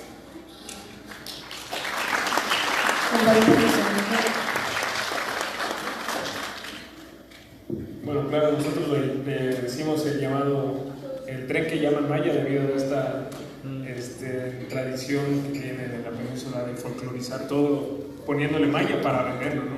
justo en donde nosotros solo participamos como mano de obra barata, con empleos precarios, y en donde solo lo maya se convierte en una marca, ¿no? Entonces, claro que es un tren que ellos llaman maya. Y acerca de la otra cuestión, pues es que es la realidad que nosotros estamos enfrentando en nuestros pueblos, ¿no? Toda esta diversidad de opiniones que se generan por la desinformación que hay acerca del mismo proyecto. Yamil. Sí, pues compartirles creo que eso lo sabemos, la dificultad de compartir nuestros propios pensamientos, y esta palabra que les presentamos, como ya decía la compañera, esa dificultad de quienes miramos más o menos con buenos ojos, con malos ojos, o decimos no, también justamente es un ejercicio difícil, pero ahí están nuestros pueblos. Algunas veces nuestros pueblos tienen esa oportunidad de estar en medio de esas discusiones y otras veces no. Y bueno, por eso es justamente, aunque fue un ejercicio fuerte, como el ejercicio de la lucha, como de por sí es la lucha, esta palabra que les presentamos como CNI de Yucatán, con esa diversidad de pensamientos, y que al final de cuentas nosotros también somos parte de estos pueblos. Y bueno, ahora justamente se me ocurre pensar que estamos diciendo que hay una falta de información, y luego cuando tengamos esa información, ¿qué vamos a hacer? ¿A dónde la vamos a llevar? ¿Cómo lo vamos? ¿De qué manera nos vamos a organizar para seguir estudiando, analizando, reflexionando y tomando nuestras propias decisiones para enfrentar estos proyectos, estos megaproyectos que impactan a nuestras comunidades? Y lo otro es que de fondo también está esto de la autodeterminación de nuestros pueblos, que incluso esa palabra aún todavía es difícil de comprenderla desde nuestras propias lenguas. Y un poco, como decía el compañero, tendríamos que ver con qué palabras, cómo nos acercamos, cómo seguimos trabajando con nuestros pueblos, que fue una de las discusiones que también salió en la reflexión de CNI Yucatán. Justamente lo que está de fondo es la autodeterminación y ese derecho, esa manera de vivir de los pueblos que ya no tenemos. Pareciera que no nos están dejando esa oportunidad de decidirlo, y de algún modo pues hay que arrebatar nuevamente esa forma, y que estas decisiones sean nuestras y no de otras personas que consideren que pueden gobernar individualmente el mundo o la vida. Pues les agradecemos mucho que nos hayan acompañado en este foro en defensa de la Madre Tierra. Sabemos que vienen desde muy, muy lejos, y que, bueno, el tenerlos a todos ustedes aquí compartiendo su palabra para nosotros es muy valioso, y que esperamos que esto pueda generar pues más organización entre quienes estamos aquí y quienes no están aquí el día de hoy. Les agradecemos, y pues todavía les vamos a ofrecer algo de comer para que no se levanten, y pues les damos un aplauso, por favor.